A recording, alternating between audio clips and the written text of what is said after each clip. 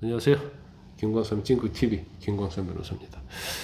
일단 윤석열 대통령은 탄핵으로 인해서 또 내란죄로 인해서 일단 직무가 정지된 상태고, 또 한동훈 대표는 사퇴를 했죠. 그래서 이제 국민의힘은 일단 시기에 멈췄는데, 일단 검사 출신이고 보수의 터줏대감을 할 수 있는 이제 권성동, 권영세가 투톱 체제를 했어요. 어떻게 보면 8년 만에 찾아온 또 탄핵 강이 또 앞에 놓이게 된 겁니다. 그럼 이 탄핵 강을 과연 건널 수 있을 건가? 근데 이제 과제가 너무나 많아요. 첫 번째가 이제 그 계엄 사태에 따라서 이제 책임이 누가 있느냐 하고, 어떻게 국정 혼란을 진정시키느냐, 국정 혼란을 진정시키느냐, 이런 문제가 있고, 지금 당 자체가 마치 부정선거를 옹호하는 이미지로 굳어져 있거든요. 그래서 당에 어떤 쇄신을 해서 바닥을 친 지지율을 어떻게 끌어올릴 것인가. 그 다음에 이제 당내 계파 갈등을 또 봉합하는 것도 문제가 되었고요. 그 다음에 다가올 조기 대선을 또 지휘하는 거예요. 이것은 이재명 대표에 대해서 어떻게 보면 집중 야권의 단일 대결에 맞서서 어떻게 할 것인가. 이게 굉장히 중요하게 되겠죠. 저는 개인적으로 볼 때는 지금 국민의힘은 여론을 보면 이제 반토막 났잖아요. 그런데 조기 대선까지는 그래도 수개월이 남아있기 때문에 위기를 반전시킬 수 있는 그런 시간은 좀 충분하다 이렇게 봅니다. 근데 과연 권영세, 권성동 이 투톱이 과연 이 반전을 시킬 수 있을까? 이제 여기에 대해서 오늘 좀 말씀을 좀 드리려고 해요. 일단은 2020년 이후에 이제 4년 만에 당 차원의 이제 대국민 사과를 준비하고 있다고 합니다. 그래서 여기에다가 국민의힘을 재창당 수준으로 재건하거나, 또 나중에 이제 조기 대선이 될 가능성이 큰데, 그때는 좀 차별화된 룰을 만들어서 이제 비주류 인사들도 포용하는 그런 모습을 보인다고 하면, 집 나간 민심이 다시 이제 돌아올 수도 있는 그런 상황이 될 거라고 저는 봅니다. 그래서 일단 지금 탄핵 중과 혼란 속에서도 7번째 비상대책위원회가 꾸려질 건데, 일단 자 우리 보면 윤 대통령 검사죠, 한동훈 대표 검사였죠, 권영세 검사죠, 권성동 검사예요. 결국 이제 검사 리더십으로 이제 돌파하겠다는 건데, 이제 원래 이제 검사라는 그런 직업이 소통하고 설득하고 그런 게 아니고 범죄자와 척결 의식을 좀 강점을 갖고 있기 때문에 어떤 리더십 자체가 굉장히 단호하거든요. 그래서 과연 그 리더십으로 지금 탄핵되고 분열이 돼 있는 당을 과연 단결시킬 수 있겠느냐는 거 하고, 또는 이제 외부적으로 사브 리스크를 가진 이재명의 어떤 민주당에 어떻게 대항할 수 있을 것인가. 이게 굉장히 중요할 것 같습니다. 일단 권성동 원내대표는 원주 윤핵관이잖아요. 그리고 대통령이 정치 입문할 때하고 대선 승리할 때 그걸 많이 도와줬어요. 또 정권 출범 후에는 원내대표를 이제 그때 윤석열 정부에 처음 맡았기 때문에 아마 지금도 직접 연락을 주고받는 사이로 알려져 있죠. 여러분도 기억하실 겁니다. 또 전에는 국회에서 이제 체리따봉 그걸 받은 적도 있잖아요. 그래서 그게 많이 논란이 됐었죠. 이제 거기에 비해서 이제 권영세 비대위원장은 개파세가 그렇게 뚜렷지 않습니다.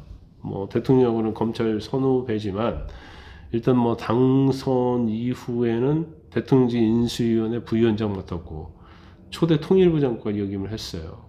그래서 이제 확연히 이제 친윤계로 이제 분류는 될 수 있는 그런 인물이다 이렇게 봐요. 그런데 그 권 위원장 정치 행보를 전체적으로 보면 통상적인 친윤계 인사들하고는 결이 좀 다르다 이렇게 볼 수 있습니다. 지난 대선 경선 과정에서는 여러 가지 경쟁이 치열했잖아요. 윤석열, 홍준표, 원희룡.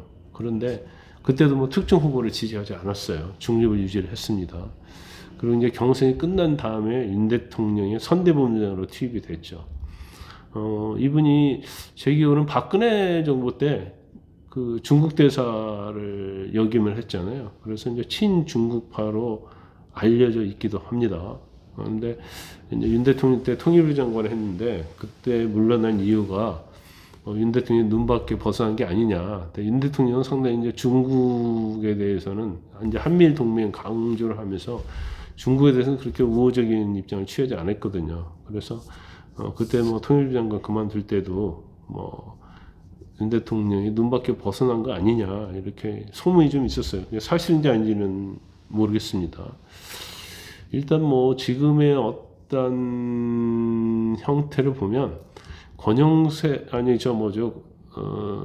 권성동 의원은 야당과 맞서는 이제 돌격대전 역할을 할 가능성이 크고, 권영세 위원장은 이제 통합, 뭔가 안정, 한 다음에 이제 쇄신을 하려고 하는 걸로 보입니다. 그래서 일단 권영세 위원장이 핵심 슬로건이 당이 안정이었잖아요. 쇄신이 당이 안정되지만 할 수 없다. 그런 얘기를 했어요. 그래서 일단 뭐 안정을 좀 우선적으로 할 것 같아요.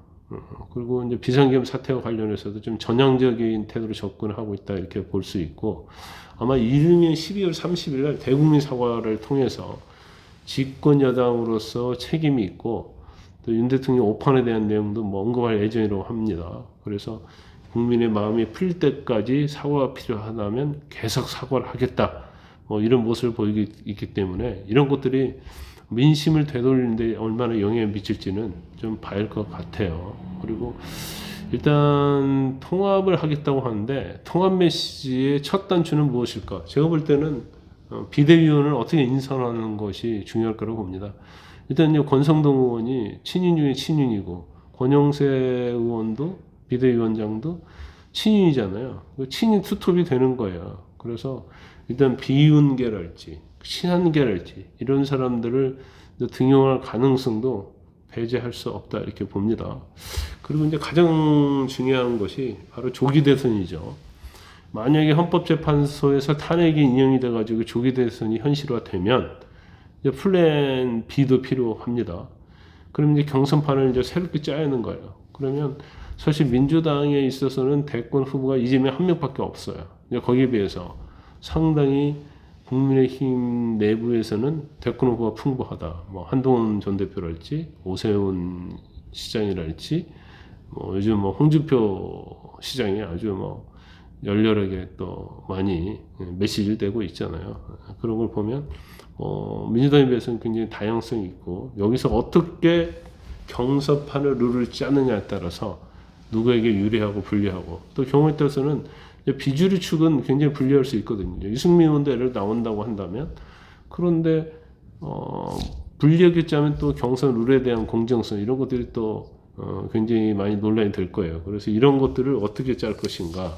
그래서 이재명 대항마로서 최고의 후보가 나올 수 있는 플랜 B를 어떻게 짤 것인가. 이게 제가 볼 때는 제일 중요한 부분이 하나라고 봅니다. 그래서 일단 친윤이라는 쌍투톱 체제의 어떤 인식에 대한 국민의 인식을 불식시키면서 공정하면서도 안정하면서도 통합하고 쇄신하는 그런 모습을 과연 보여줄 수 있느냐에 따라서 제가 볼 때는 여당의 지지도 그리고 다음 대선에 엄청난 영향을 많이 미칠 것이다, 저는 그렇게 봅니다.